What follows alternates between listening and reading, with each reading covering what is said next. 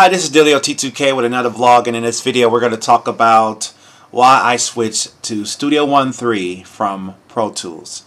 Now, if you're like me and a lot of people who came up doing sound in the late 90s, early 2000s, you were probably made aware that Pro Tools was the industry standard, and if it wasn't Pro Tools, it was nothing at all.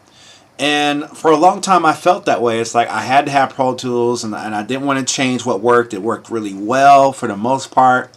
I knew how to work around the flaws. I learned the shortcuts, and it's like, if you want to be a serious engineer, you got to know how to use Pro Tools, because that's the industry standard and no one's going to mess with you. And if you're serious about your craft, you're going to have Pro Tools. If you're serious about all this other stuff, so, you know, I bought all of this other stuff not really knowing too much else. You know, I see people work with Logic. I'm like, oh, okay, Logic, okay, Studio One, Sonar, So, you know, you bought into a culture that forces you to really confine yourself to digital design world. And for a time, Pro Tools is really cool. And when you finally got Pro Tools yourself, you're like, man, I'm set. I can make some music. I'm serious. When people mess with me or work with me, they know I'm serious too. I can get jobs in the studio because I know how to work Pro Tools. I know I can make money from my dreams because I know the shortcuts to Pro Tools. And, you know, after a while, you know, you start to feel this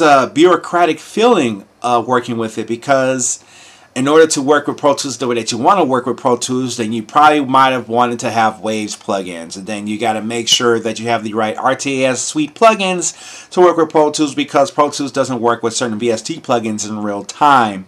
So you kind of had to deal with this tug of war, bureaucracy, and then later on, it just kind of got really old and really frustrating and kind of hard to make music, because, you know, you started a Pro Tools and you had to wait for it to start up, and so you wait for it to start up, and then, oh, it didn't start up right. Oh, well, then let me call a friend, we can fix this. And so you just kind of dealt with all these just challenges working with Pro Tools. And later on, and I didn't have the newest version of Pro Tools. I had Pro Tools 9. I know we're at 12 now.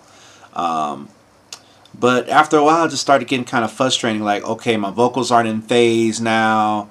Oh, it's your equipment. It's not, you know, and all this other stuff that just really kind of makes it unfun to make music anymore. And I was really frustrated by that. And I had a friend of mine I was talking to about this, and he said, hey, man, try Studio One 3. You know, and I'm like, at that point, I was ready to get off of computers altogether, because I was like, I didn't want to deal with latency anymore. I didn't want to deal with operating systems anymore. I didn't want to deal with plugins anymore. I don't care about the Wave plugins or the stock plugin. I'm going to compress it at 3:1 ratio anyway, and I'm going to filter out the lows no matter what plugin I use. So I really didn't care what plugin I had anymore. I knew I could cut a great vocal because I built a booth and I got a good microphone and I know how to make it sit right in the mix. I don't really care about plugins anymore. I just want to make music for my fans to enjoy. Fast forward back to the situation and the conversation I had with my friend. He said, try Studio One 3. And I'm like, oh man, I don't want to disturb the way. I know things suck right now, but I know that it's going to work a certain way. But I was open to try it, because what really tipped me over the edge is I was recording a bass line for my Magic Box songs for the next album I'm working on. And I was playing the bass line. I was really getting down. I was playing the Moog on this bass line. I play it back. I must be like a beat or an eighth off beat playing back. And oh, it's Pro Tools, so what? All right, let me nudge it back in. And I just got so sick and tired of doing that, because sometimes when you get frustrated, you can nudge it back and forth all you want, and it still not feel right, and you don't have that confidence anymore in your recording sounding good.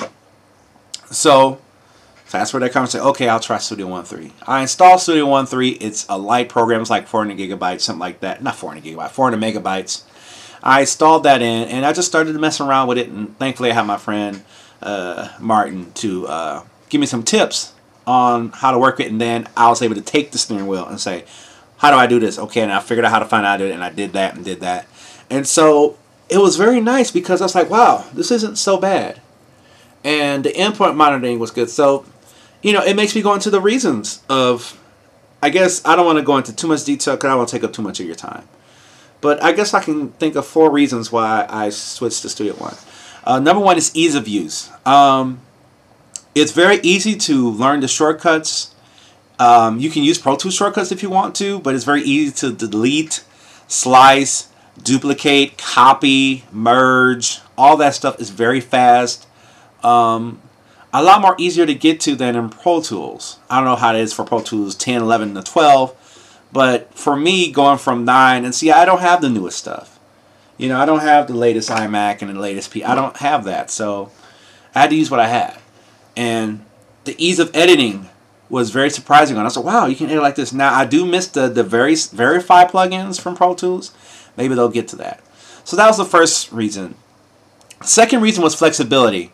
I loved how I could really easily get to all my MIDI peripherals and just hook it up. I mean, I was able to get the motif to talk to it, get the Phantom to talk to it, get this KeyStation Pro MIDI controller to talk to it, assign MIDI machine controls to the play, stop, record, rewind buttons, which is very convenient when you want to play a piano part from a controller over here and you don't want to sit at the desk controlling the DAW and the transport.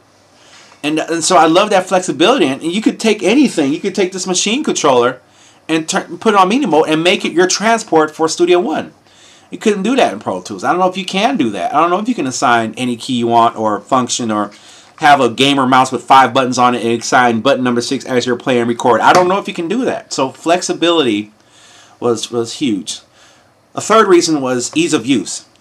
The ease of use, well, I already did that. That was number 1. Sorry. Number 3, easy on a computer. I have a late 2008 Mac Mini with 3 gigabytes on it with a solid state I put up in there.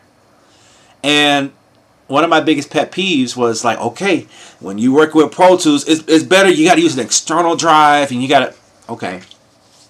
I heard that. Yes, the big studios got all that. Here I am trying to make it work with what I got because I wanted a Mac. And, you know, that's what I can get at the time. And for the life of me, ever since, I don't know what happened, but I always got that digital audio interface error 35 where it couldn't read from the external hard drive. And so I had to work on the external hard drive, which means I would fill it up with Pro Tools sessions. When they say, or when I hear, oh, you got to use an external drive. And that was unattractive, but then I tried to do the same thing on Studio One and didn't care. It ran off the external hard drive. I wonder if I can run it off of network drives, just an experiment. Maybe we'll film that once I get the new hardware in. But I wanted to do that, and it worked great. And just for that reason alone, oh, I can use my external hard drive. Studio One doesn't care, and it's going to work. And I'm busting 48 tracks open with MIDI, and it's just, it doesn't care. And it just works very efficient that way. I have had a few crashes with it, but I've had plenty more crashes with Pro Tools. So I think I've just accepted the fact that in DAW world, you're going to deal with crashes. And number 4, peripherals. I had a fader port I'm letting a friend borrow right now in case he wants to buy it. Plug and play works great.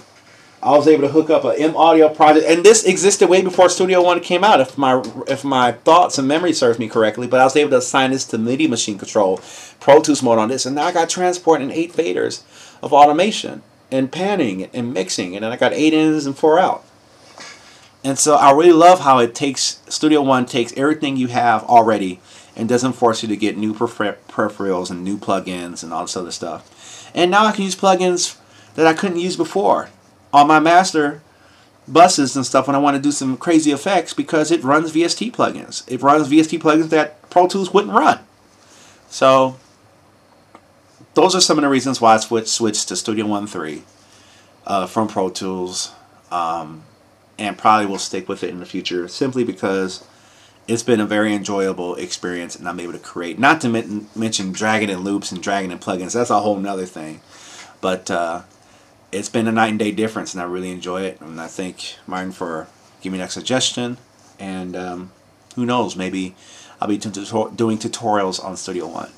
Alright, well, I'm out. Dillio T2K. Please subscribe. Make sure you check out my music on Soundcloud or Bandcamp, whatever. The links are down below. If you have a question, feel free to ask. Alright, I'm out of here. Peace.